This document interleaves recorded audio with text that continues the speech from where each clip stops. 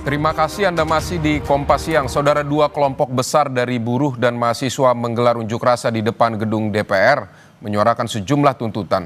Unjuk rasa berakhir ricuh dengan polisi memukul mundur pengunjuk rasa.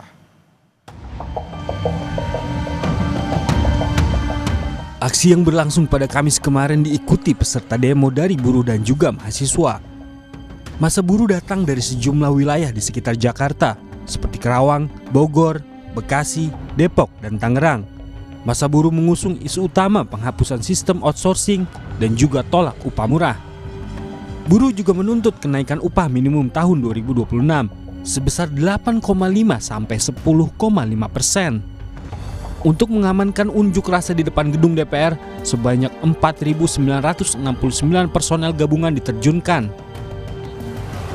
Aksi hari ini aksi damai, tertib, tidak ada kekerasan. Kami akan menjaga aksi ini kondusif, karena ini adalah aksi aspirasi menyampaikan di DPR RI.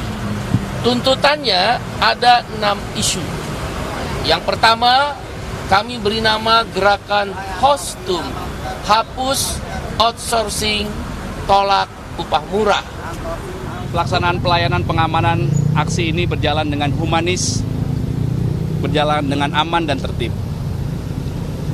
Kemudian juga telah dilakukan kegiatan pengecekan terhadap 4.969 personil gabungan yang melaksanakan kegiatan pengamanan, terdiri dari personil Polda Metro Jaya, kemudian Polres Jajaran, kemudian BKO dari Mabes Polri, kemudian juga personil dari rekan-rekan TNI dari Kodam.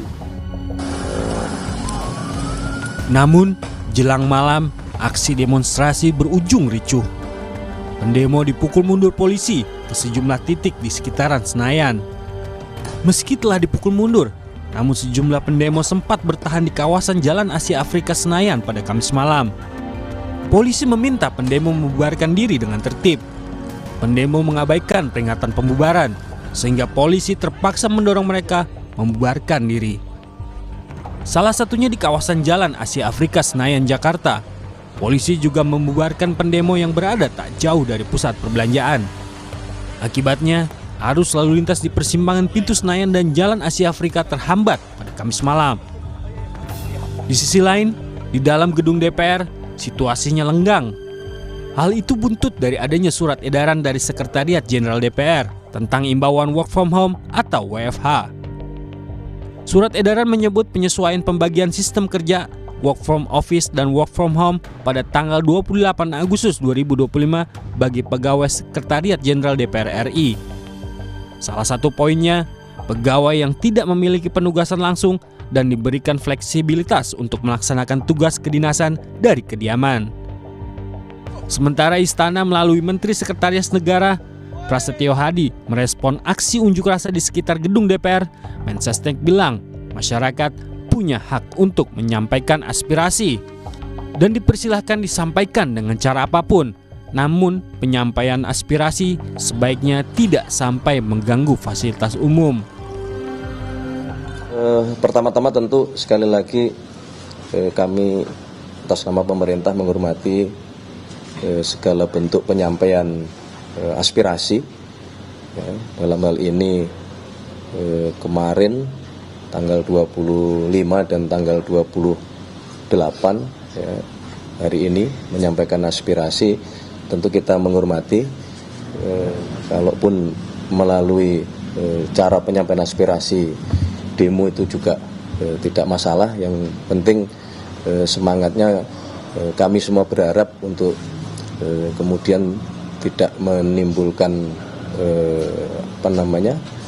mengganggu fasilitas-fasilitas umum itu aja. Walau sempat ricuh pada Kamis malam, namun Jumat pagi kondisi berangsur kondusif.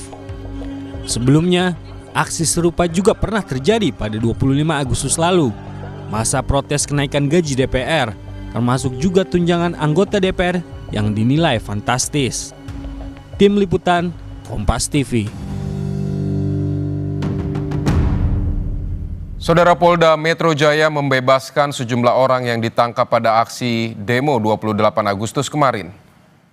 Keluarga yang datang untuk menjemput anggota keluarganya yang dibawa polisi semalam tampak berkumpul di depan gedung di Reskrimum Polda Metro Jaya. Mereka menunggu informasi terkait kepulangan anggota keluarganya setelah sempat dibawa polisi. Namun polisi belum merilis jumlah orang yang dibawa untuk dimintai keterangan.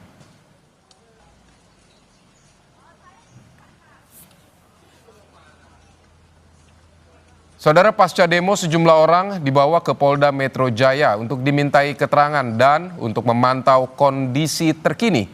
Kita akan bergabung dengan jurnalis Kompas TV ada Renata Panggalo dan juga juru kamera Gahniar di Polda Metro Jaya. Renata, selamat siang.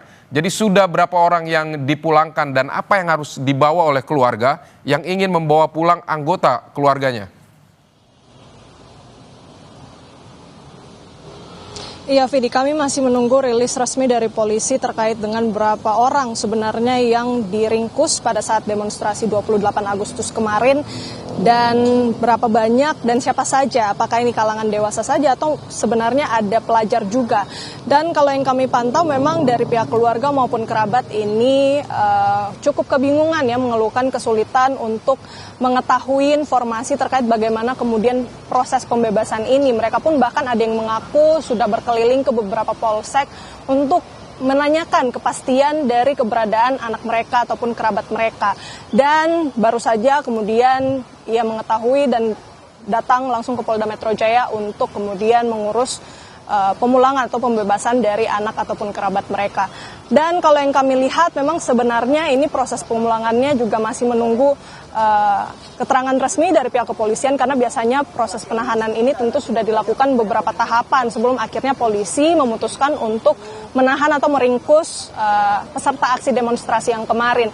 Kalau yang saya tanya-tanya ke beberapa anggota keluarga ataupun kerabat dari peserta aksi yang diamankan ataupun diringkus, ini mereka mengatakan bahwa mereka ada yang diringkus dari beberapa titik eskalasi, misalnya ada yang dari Gatot Subroto, kemudian juga ada yang di Pejompongan dan Selipi.